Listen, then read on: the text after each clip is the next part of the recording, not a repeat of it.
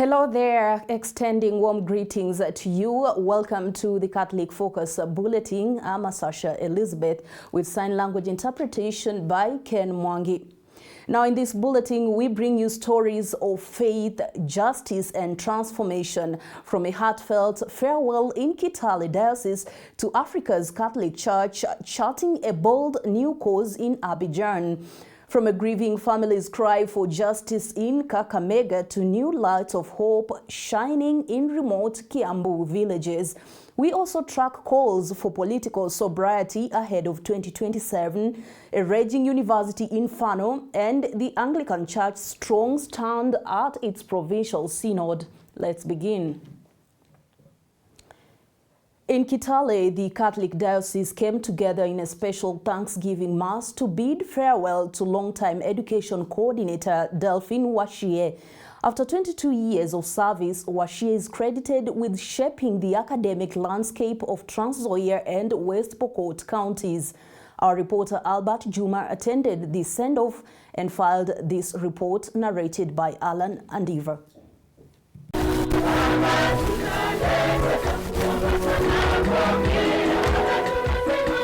It was a farewell marked with gratitude, prayer and celebration, as the Catholic Diocese of Kitale honored Delphine Washie for over 2 decades of dedicated service to education. The Thanksgiving Mass was led by Bishop Henry Juma Odonya, assisted by retired Bishop Maurice Crowley. Clergy, teachers, and faithful gathered at the Washie's home in Kwanza constituency to pay tribute to a woman described as a mentor and a visionary leader. Mama Washie kwa kazi ambayo alifanya katika jimbo hili. Katika umri wake huo, kila siku nilikuwa nikienda ofisi na mpata yeye amefika. So tunachukua muda huu pia Mama Washie kukuambia asante sana. Mwenyezi Mungu akubariki kwa kazi ambayo ulifanya. Sema tu asante mama, and may we enjoy the remaining years that you have with us, because those are the golden years that we have left. Asante sana for being our principal and for teaching us. Bishop Odonya praised Washie's a long-time service, wishing her peace and joy in retirement alongside her family. Teachers and principals from across the diocese lauded her for leaving an incredible mark on Catholic education, pointing to her role in expanding schools and raising academic standards. Kwa tu ni siku ya shukrani kwa Madam Washie. Tunakuombea Mungu akubariki, Mungu akulinde. Asante kwa kazi njema ambayo ulitenda katika jimbo Katoliki la Kitale. Mungu amani azidi kutembea nawe katika wakati huu utakapokuwa full time kwenye boma. Ubarikiwe. For Washie, the success of her tenure was the fruit of collaboration with priests, teachers and diocesan leaders. She expressed pride in seeing the growth of Catholic-sponsored schools under her stewardship. 10 schools in West Pokot and 18 schools secondary in Trans-Nzoia. 10 secondary schools in West Pokot, 18 in Trans-Nzoia. I'm living with 80 in West Pokot, 80, and 85 plus in Trans-Nzoia. And that is what we did. Those principles you see here, na washukuru tu, sina la kusema. Na watu wote ambao nimefanya nao, including my youngsters in the church out there. For many present, it was a day of emotion and thanksgiving, celebrating not just a career, but a legacy of hope and an investment in the future generation to come. Reporting for the Catholic Focus, I'm Alan Andiva. A remarkable legacy indeed, and Delphine Washie leaves behind not just statistics, but generations of students whose lives were shaped by her dedication. And we say congratulations to you. Moving forward, a bold new chapter for Africa's Catholic Church is unfolding. From Abidjan, the Pan-African Catholic Theology and Pastoral Network, PACTPAN, has rolled out sweeping strategic initiatives following its landmark congress. At the heart of the plan, digital evangelism, the fight against human trafficking, empowering youth, and strengthening Catholic chapters across the continent. Take a look.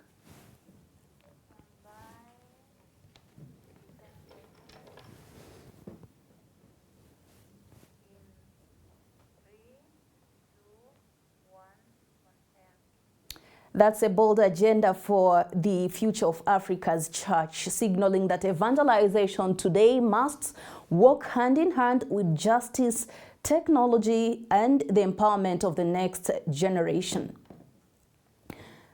Let's now shift focus to Kakamega County, where the Catholic Church teaches that murder is among the gravest of sins condemned under canon law, a crime that cries out for justice.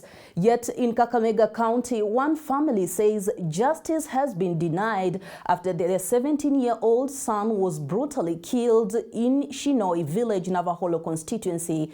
The family alleges police have frustrated their efforts to obtain burial clearance, leaving them in limbo and anguish. Our reporter David Kiprotich has more.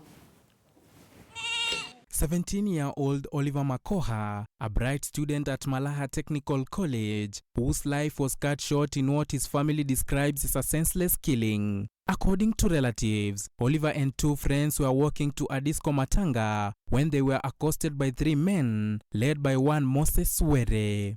Na huyo mtu huwa anaua watu kila mara anaua wezi. Mwenye alikuwa amefanya hicho kitendo alienda sokoni na Ambacha, akaanza mwenyewe kujitangaza vile amemaliza jambazi ya Mungaha. Anaita kijana yetu jambazi gaidi, na kijana yetu hajai kuwa jambazi hata siku moja. Na isitoshe, kama alikuwa gaidi ama alikuwa jambazi, alimpata na nini chenye kinaonyesha kweli huyu mtoto ni gaidi ama huyu ni jambazi? Na kama alikuwa mwizi, alimpata na nini chenye kinaonyesha kweli mtoto ni mwizi? Sasa ndo tunashangaa gaidi, mtoto wa miaka karibu 17, 18 inaweza kuwa gaidi, na watoto walikuwa wanaenda disco matanga.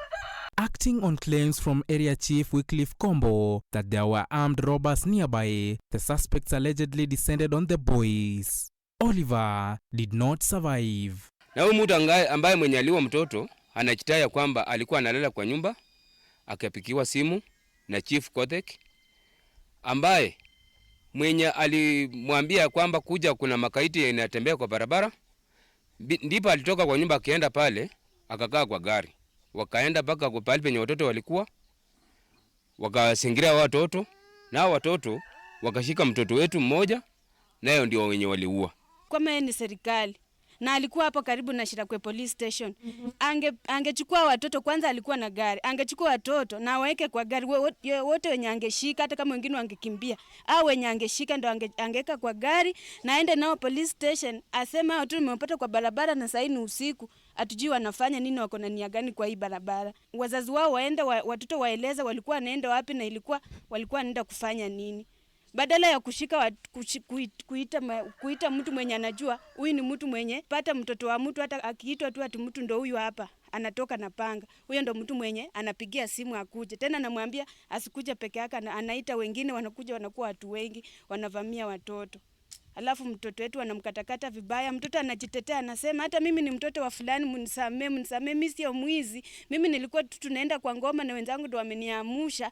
The family further alleges that police at Navakolo DCI offices have frustrated their efforts, declining to issue a burial permit until they settle matters with the suspect. Wakati tulienda kwa serikali itusaidie, walianza kutuchungusha ya kwamba sisi tuko na haki ya kwenda kusola. Pia sisi tusole kwanza ndio tufanye nini, tukuje tuchukue mwili tusike. Ilikuwa natakana jana niende nifanye postmortem. Ilikuwa natakana nifanye Monday. Nikaenda na Bakolo. Wakaniambia sasa saa hii tuwezi enda kufanya hiyo kazi. Yenda tulia, tutakupigia simu. Kesho yake nikaenda. Nikamwambia bana, niko na kazi nafanya mahali, nataka usaidizi. Watu wenye nafanya nao kazi wanisaidie hii mchango ya matanga. Wamenizungusha mpaka nimechoka, sina mbele, sina nyuma. Nikapata mkubwa ya maskari TCI. Mkubwa wa TCI mwenyewe na Baholo. Akaniambia, nyinyi ende mkatane huko kwanza. Ndio nikuje nimupatie barua ya kufanya postmortem. Bila hiyo siwezi kumupatia, mtoka hapa muende. Nilishindwa ndarasa naenda kwa nani?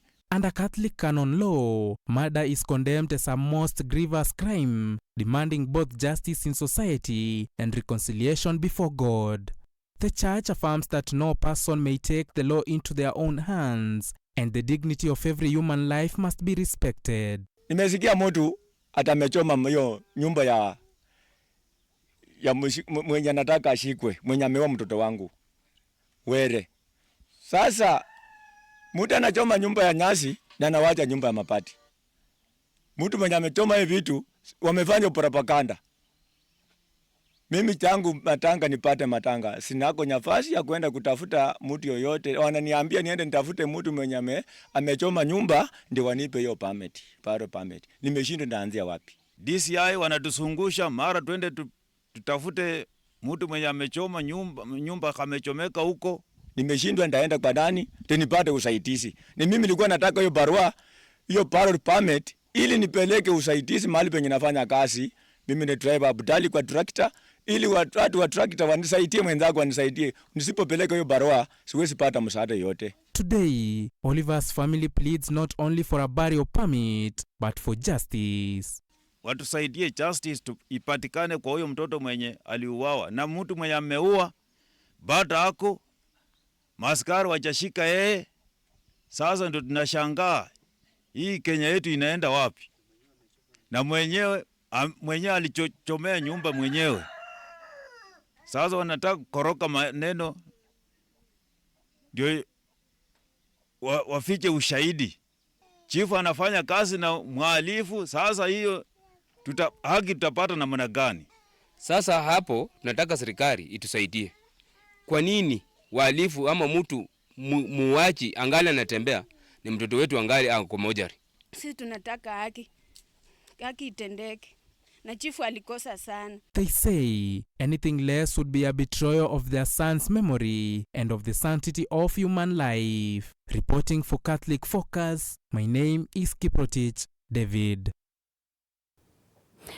A sad story indeed, and a grieving family caught between sorrow and stalled justice, raising once again the urgent question of accountability and the sanctity of life in our society. We hope they get justice. After decades in the dark, hope is finally shining for residents of Kiratina and Gikumari village in Ruiru, Kiambu County. Energy and Petroleum Cabinet Secretary Opiyo Wandayi has unveiled a government-backed electrification project that will connect the two remote villages and eventually the wider county to the national grid at no cost to residents. The initiative, spearheaded by the Rural Electrification and Renewable Energy Commission, is part of a broader plan to bridge the rural energy gap. Here is the report by Maureen Kimani.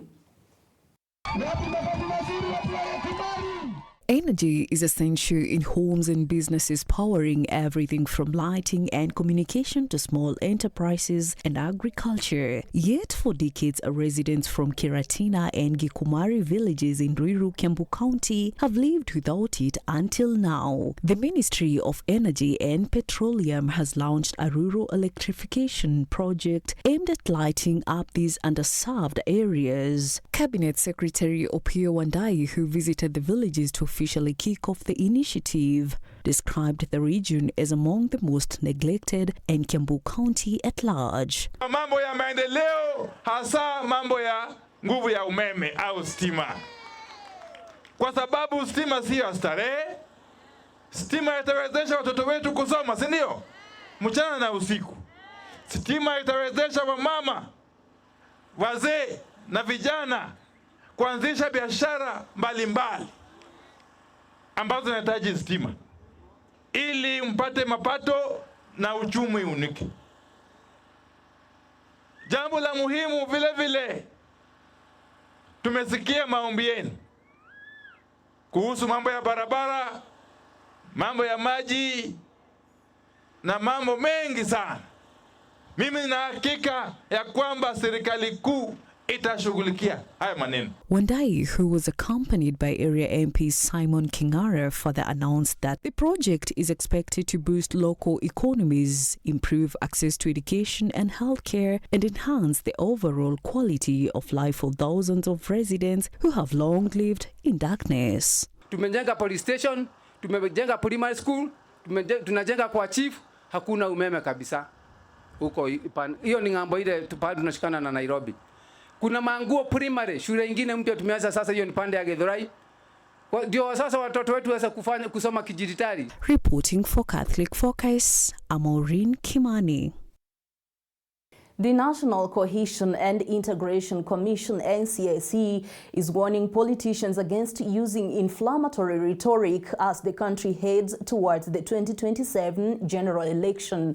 Speaking in Busia during a youth engagement forum, NCIC officials said divisive utterances risk fueling hostility and undermining national unity. Let's get that story from our reporter Lilian Kimanthi.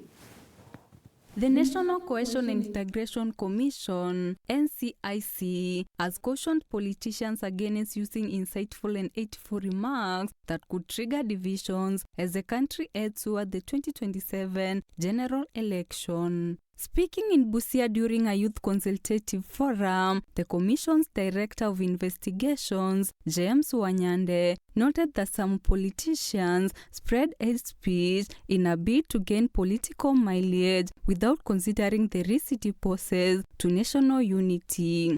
We are quite concerned. We have noticed quite a bit of proliferation of hate speech and spread of radical ideologies online. So I would urge the youth to use social media platforms for the good. They're able to create employment on those platforms. They're able to monetize those platforms rather than use them to spread these hate messages. We have a history of some countries who use the media for spreading hate messages, and they resulted into genocide and mass atrocities. So we don't want our country to go that way. Let us use social media responsibly, and we'll remain as a peaceful country. Wanyande dismissed claims to that NCAC lacks the capacity to deliver on its mandate, revealing that the Commission is currently investigating 28 cases of hate speech and incitement across the country. About 28 active cases under investigation. But I would, the Commission is a creature of statute. It's created by the National Cohesion and Integration Act. And therefore, if you call us a toothless bulldog, it is the law that created us that way. It is not because the Commission does not want to work. It is the law that has mandated us to do work in a particular way. And as mentioned earlier, we are more concerned with alternative dispute resolution, because that is the best way of solving disputes. You mend relations between parties who may be in dispute, rather than taking people to court, where you're unable to bend the relationship between the two parties. So ADR for us as a commission is usually the best way forward in terms of resolving disputes.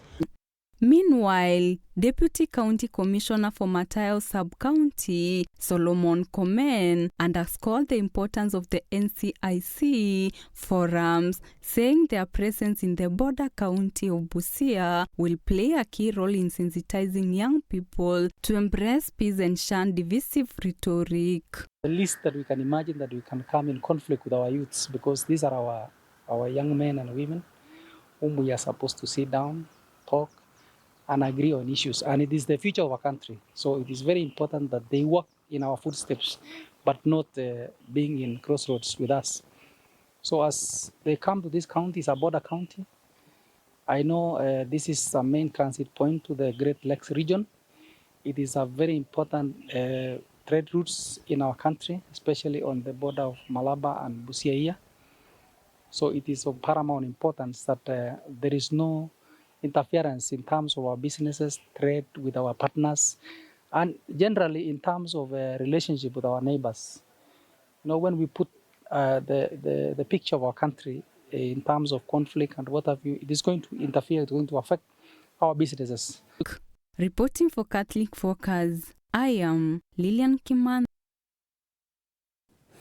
A massive fire has gutted the main administration block of Tharaka University, reducing it to smoldering rubble overnight. While no casualties have been reported, questions are now being raised over the county's disaster preparedness. Here's John Beja with details of that inferno. A raging inferno lighting up the night skies of Tharaka, the main administration block of Tharaka University, swallowed by flames that roared into the early hours of the morning. By dawn, little remained of the offices that once housed the institution's top leadership. Usiku tulikuwa na tukio ambalo moto kidogo ilianza katika nyumba yetu moja, na nataka kuambia wazazi, wanafunzi na washikandao wengine tuliweza kudhibiti hiyo moto, na hakuna mwanafunzi, staff ama wafanyikazi hata mmoja aliweza kuumia. So tunashukuru Mungu, na leo asubuhi tumeanza siku kama kawaida. Tuko na international conference ambapo tuko na wageni kutoka Amerika, tuko na wageni kutoka Philippines, na tuko na wageni kutoka South Africa, na wote wanaendelea na presentation. Locals and students expressed anger, accusing the county government of negligence and poor disaster response. Kulingana na nilikuta hapa ya moto, hiyo ndio nisangaza kuoni serikali amuna gari ya simamoto ukuja kusima hii moto ulikuwa university na mlipigwa kutoka saa 2 mpaka saa 9. Hakuna serikali kuja na simamoto. Ya moja ilikuja haikuwa na moto, haikuwa na maji, lakini no ikakuja ikarundi. Tharaka South Deputy County Commissioner Stephen Mavina says investigations are underway to establish the exact cause of the blaze. Ningependa kuhakikishia umma kwamba wachunguzi wako hapa wanafanya kazi yao. Tuko na maafisa kutoka shirika la Kenya Power, tuko na wengine kutoka crime scenes investigators wanafanya uchunguzi ili tuweze kujua chanzo cha moto ambao ulitokea jana.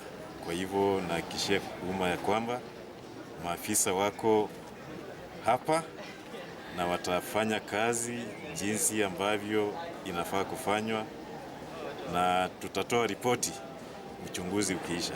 For now, the scars of the fire remain a stark reminder of just how ill-equipped emergency response is in this part of the county. Ombi langu kwa mwana Njoki atabuta magari makubwa mawe kila siku na kwa na maji. Si hii anunue magari hii aweke hapo osi ya Malimanti hii aseme ati akona ambulance. Reporting for Capuchin TV Catholic Focus, I'm John Beja.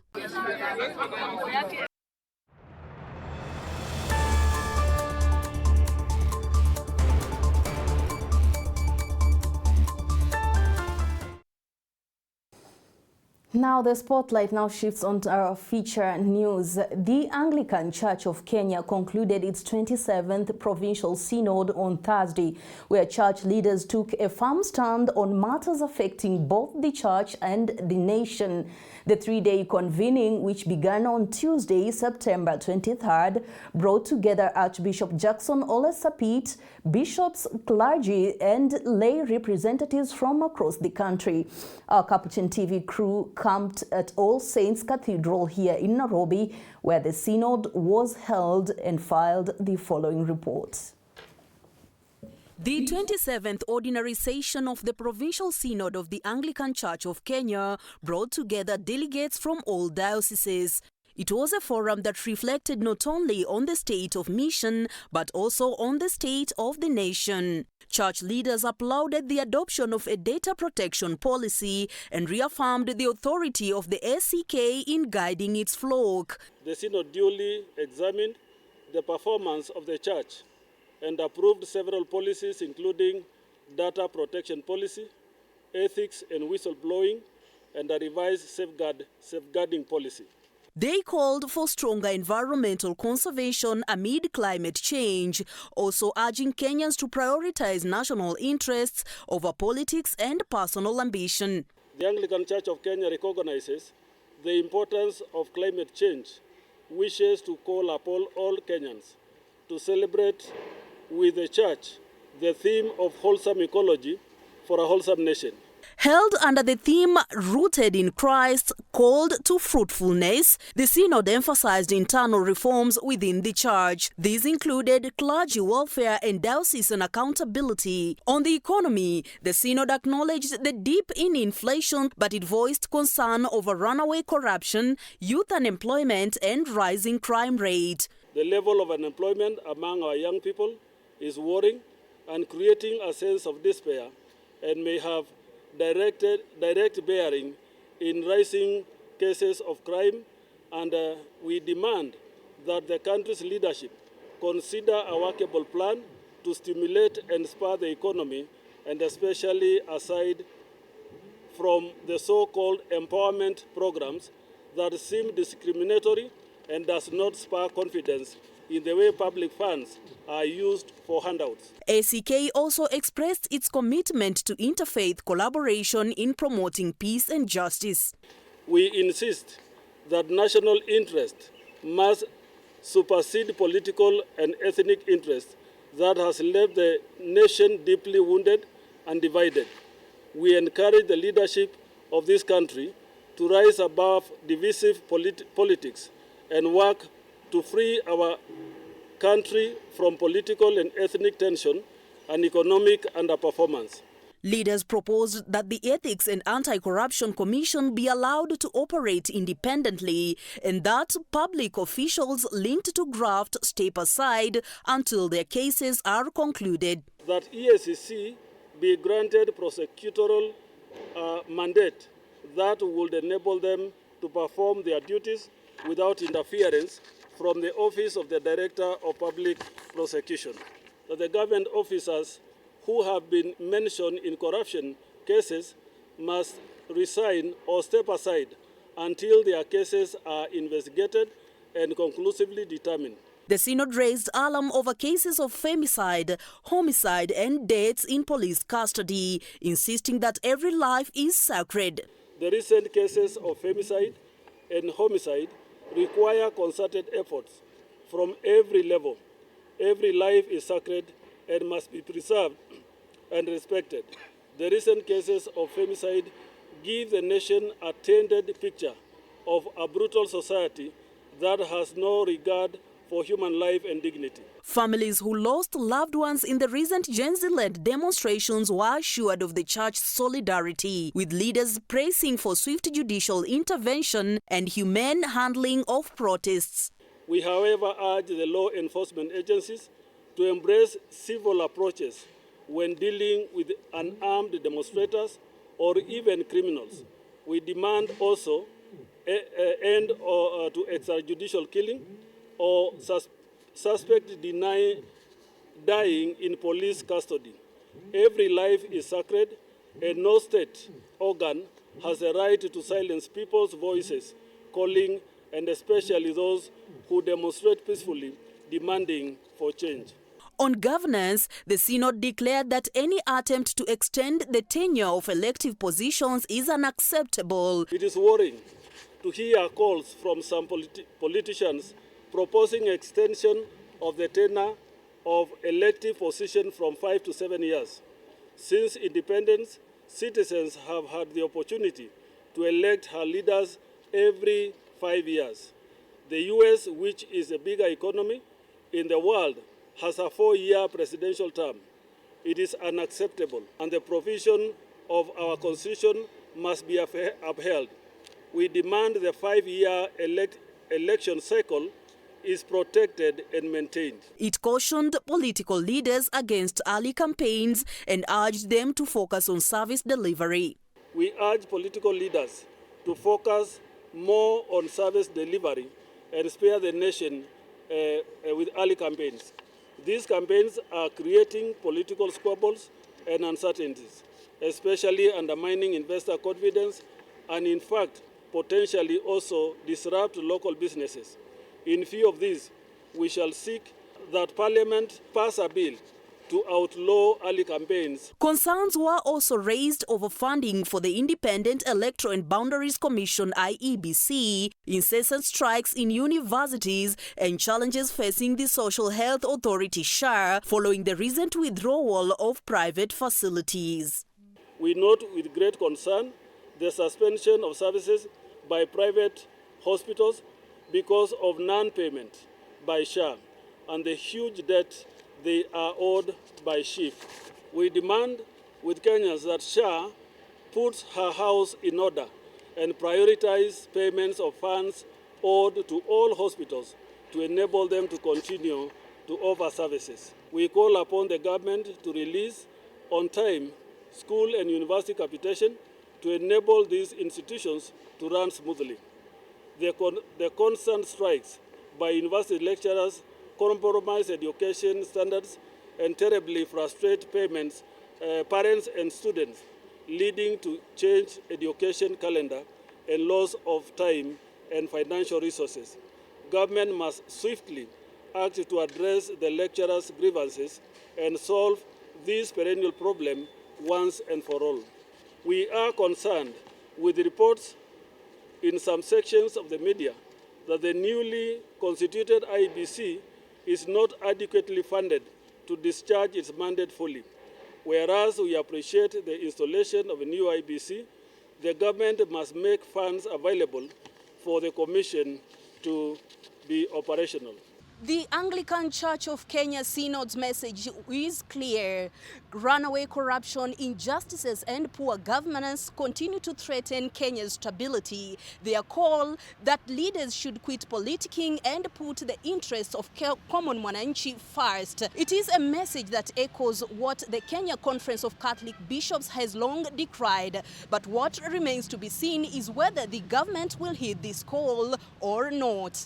Asasha Elizabeth, reporting for the Catholic Focus, Capuchin TV at the All Saints Cathedral, Nairobi.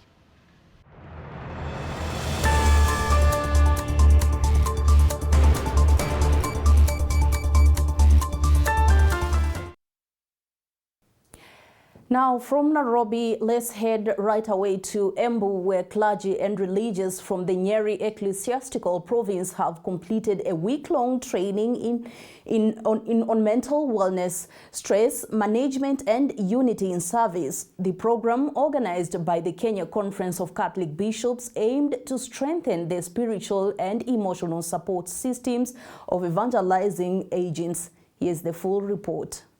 At least 26 priests and religious from Nyeri, Murang'a, Embu, Meru, Maralal, Isiolo, Nyahururu, and Marsabit dioceses gathered at John Cardinal Ojue Pastoral Center in the Catholic Diocese of Embu for a formation workshop on mental wellness.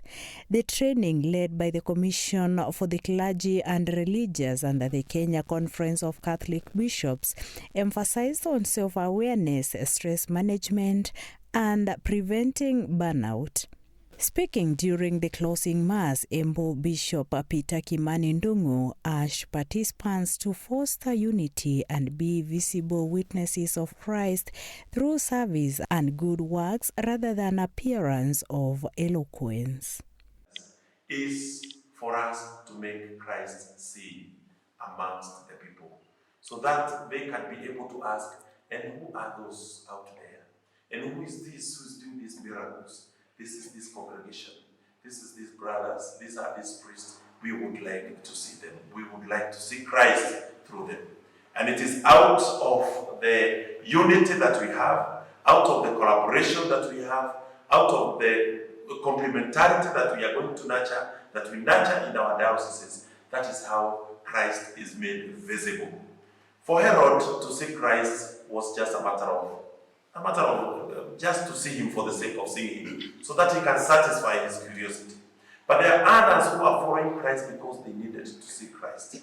There are people who may want to see Christ because they want the consolation, they need the hope, they need the love of Christ, they need to be given the words of encouragement in their lives through us, not out of curiosity. They don't want to come to see us. They don't want to come to the church because of that preaches so well.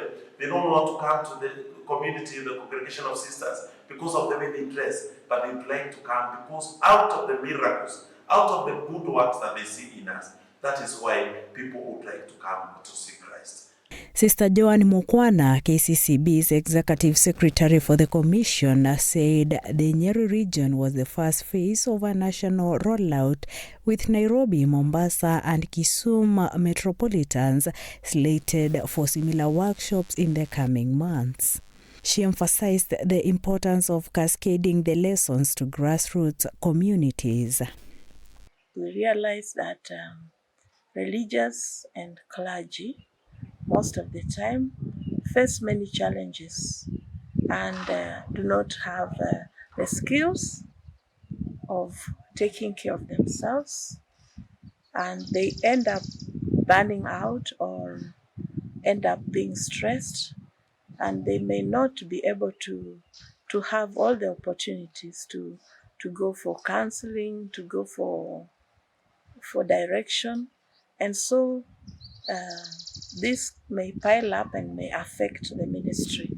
So it is necessary for them to learn how we can cope with the many stresses in life, with the many challenges, with our own grief and our own issues.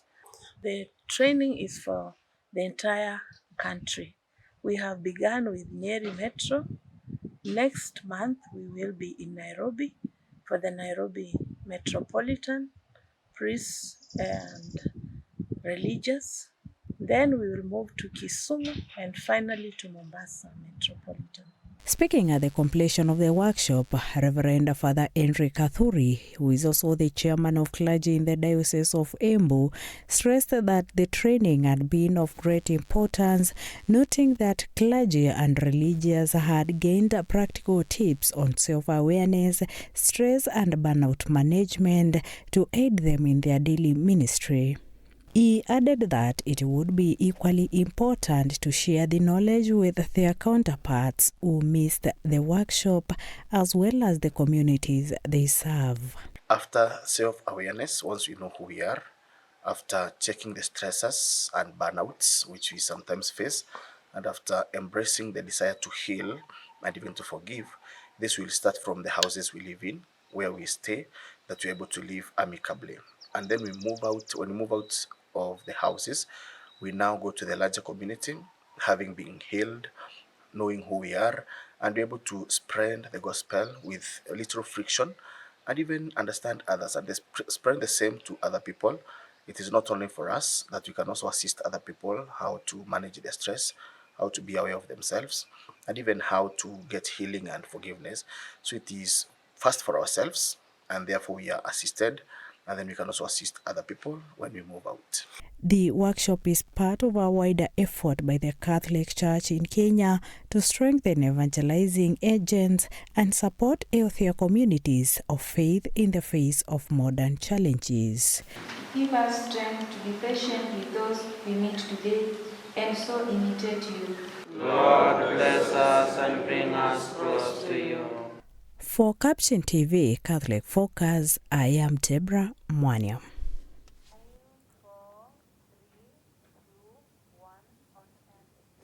A timely reminder that those who guide the flock also need care and renewal, body, soul, and spirit, as well as in mind. And that story brings us to the end of this edition of Catholic Focus Bulletin. From moments of thanksgiving and resilience to urgent calls for justice and unity, these stories remind us that faith continues to shape both our communities and our nation. I'm Sasha Elizabeth with sign language interpretation by Ken Mwangi. Thank you for watching, and from all of us here, stay safe, stay hopeful, and may God bless you.